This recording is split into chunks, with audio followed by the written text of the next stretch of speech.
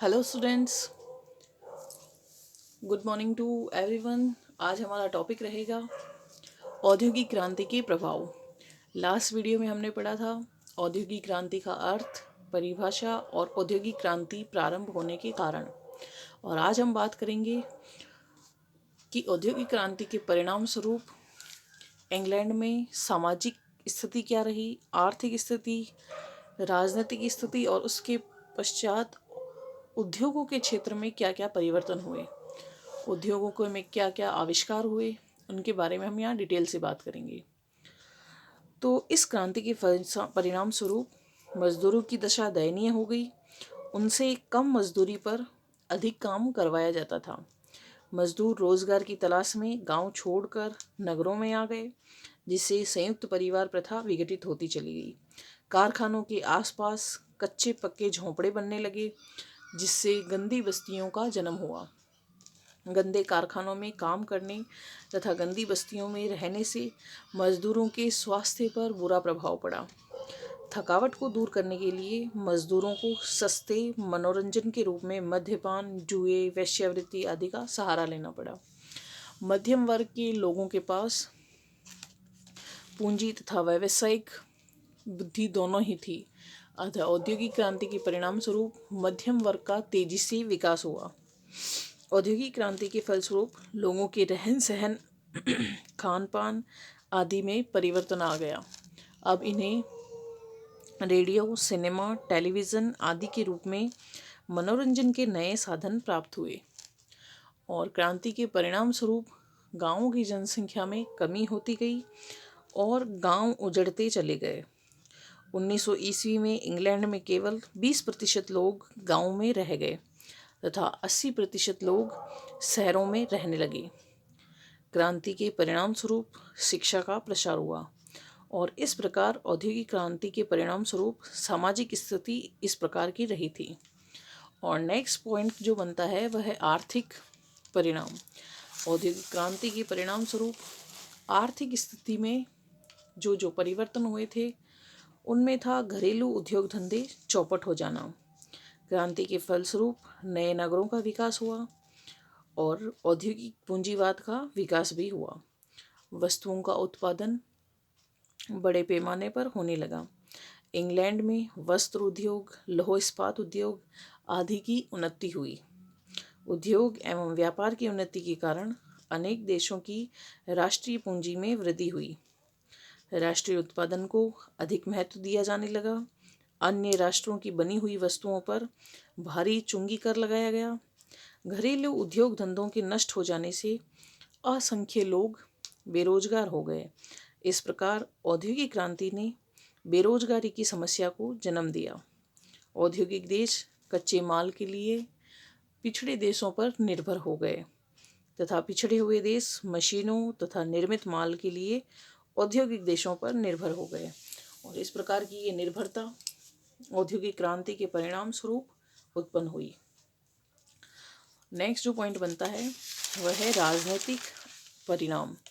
औद्योगिक क्रांति के परिणाम स्वरूप अनेक यूरोपीय देश अपने तैयार माल को खपाने के लिए तथा कच्चा माल तैयार करने के लिए उपनिवेश स्थापित करने लगे। श्रमिकों की स्थिति में सुधार लाने के लिए श्रमिक आंदोलनों का जन्म हुआ।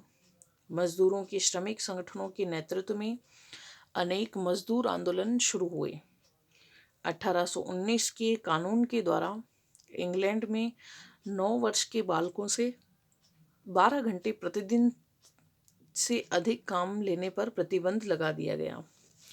और 1831 में फैक्ट्री अधिनियम पास किया गया, जिसके अनुसार 18 वर्ष से छोटी आयु वाले युवकों के लिए काम करने का समय दिन में 12 घंटे नियत कर दिया गया।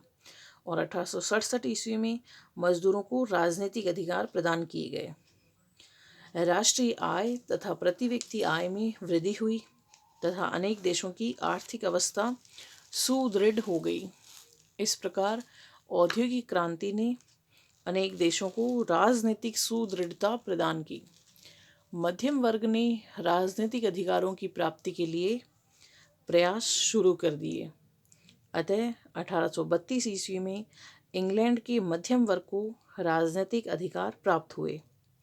इसके अलावा कार्ल मार्क्स ने समाजवादी विचारधारा के विकास में महत्वपूर्ण योगदान दिया।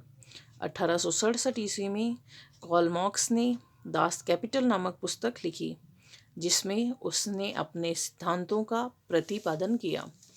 1864 ईस्वी में कार्ल मार्क्स ने अंतर्राष्ट्रीय श्रमिक संघ की स्थापना की, जो प्रथम इंटरनेशनल के नाम से प्रसिद्ध हुई। इसके बाद हम बात करेंगे उद्योगों के क्षेत्र में प्रभाव। सबसे पहले वस्त्र उद्योग के अंतर्गत जो परिवर्तन हुए उनके बारे में बात करेंगे। तो 1733 ईस्वी में जॉन के ने फ्लाइंग शटल का आविष्कार किया। 1764 ईस्वी में हारग्रीव्स ने स्पिनिंग जेनी का आविष्कार किया। 1769 ईस्वी में रिचर्ड आर्कराइट ने वाटर फ्रेम का आविष्कार किया। 1779 ईस्वी में सैमुअल क्रॉम्पटन ने म्यूल नामक मशीन का आविष्कार किया।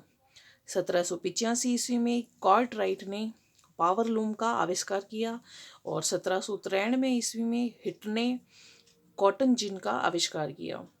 और इस प्रकार ये सभी आविष्कार वस्त्र उद्योग के क्षेत्र में हुए।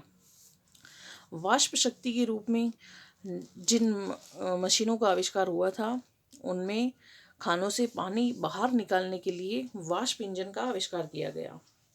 और इसके अलावा भाप के इंजन का आविष्कार जेम्स वाट के द्वारा 1769 ईस्वी में किया गया। कोयले तथा लौह उद्योग के क्षेत्र में 1709 ईस्वी में इब्राहिम डर्बी ने कोक से लोहा गलाने की विधि को खोजकर तैयार किया। 1760 ईस्वी में स्मिटन नामक व्यक्ति ने अच्छा लोहा तैयार किया और 1784 ईस्वी में हेनरी कॉर्ट ने शुद्ध एवं अच्छा लोहा तैयार करके प्रस्तुत किया। 1856 ईस्वी में हेनरी बेसेमर ने इस्पात बनाने की विधि खोजी। और इस प्रकार ये सभी आविष्कार कोयला एवं लौह उद्योग के क्षेत्र में हुए। अगला जो आविष्कार हुआ था वह था यांत्रिक इंजीनियरिंग के क्षेत्र में। हेनरी मॉड्सले ने लोहे की लेथ मशीन का निर्माण किया। वामा ने प्लेनिंग मशीन तैयार की। छापेखाने में वाष्प शक्ति का प्रयोग 1811 ईस्वी में प्रथम वाष्प शक्ति चालित छपाई की मशीन का निर्माण किया गया। और परिवहन के क्षेत्र में कई आविष्कार हुए, जिनमें स्कॉटलैंड वासी मकाडम ने पत्थर के टुकड़ों से पक्की सड़कें बनवाई। ड्यूक ऑफ ब्रिजवाटर ने बिटले नामक इंजीनियर की सहायता से वर्सेले से मैनचेस्टर तक एक नहर बनवाई, जिसे ब्रिजवाटर नहर कहा गया। 1869 ईस्वी में फ्रांसीसी इंजीनियर फर्डिनेंड ने सुएज नहर का निर्माण पूरा करवाया। इसके अलावा 1807 ईस्वी में रॉबर्ट फुल्टन ने क्लेयरमोंट का परीक्षण किया, जो कि वाष्प शक्ति से चलने वाली नौका थी। 1838 ईस्वी में पहली स्टीम बोट सीरियस ने अटलांटिक महासागर को 18 दिनों में पार किया था। और 1814 ईस्वी में इंग्लैंड वासी जॉर्ज स्टीफंस ने भाप के इंजन रॉकेट का आविष्कार किया। इस आविष्कार के फलस्वरूप मैनचेस्टर तथा लिवरपूल के बीच 1830 ईस्वी में प्रथम रेलगाड़ी चलाई गई। और 1880 में गैसोलीन अर्थात पेट्रोल इंजन का आविष्कार हुआ। अमेरिका निवासी हेनरी फोर्ड ने सस्ते दामों में मोटरों का निर्माण किया। इसके अलावा सुनीस ने मोटर कार का आविष्कार किया। 1844 ईस्वी में गुड ईयर ने रबर के टायर का निर्माण किया। 1903 ईस्वी में बिल्वर और ऑरविले राइट नामक दो अमेरिकियों ने वायुयान में बैठकर अपनी प्रथम उड़ान भरी। और इस प्रकार ये सभी आविष्कार परिवहन के क्षेत्र में विकसित हुए। और संचार के क्षेत्र की अगर बात करें तो रोलैंड हिल नामक अंग्रेज ने आधुनिक डाक व्यवस्था की नींव डाली। 1844 ईस्वी में सैमुअल मॉर्स ने एक व्यावहारिक तार यंत्र का आविष्कार किया। 1876 ईस्वी में ग्राहम बेल ने टेलीफोन का आविष्कार किया। और 1896 ईस्वी में इटली के वैज्ञानिक मार्कोनी ने रेडियो तथा बेतार के तार का आविष्कार किया। 1926 ईस्वी में एक अंग्रेज वैज्ञानिक बियर्ड ने टेलीविज़न का आविष्कार किया। और इस प्रकार ये सभी आविष्कार संचार के क्षेत्र में हुए।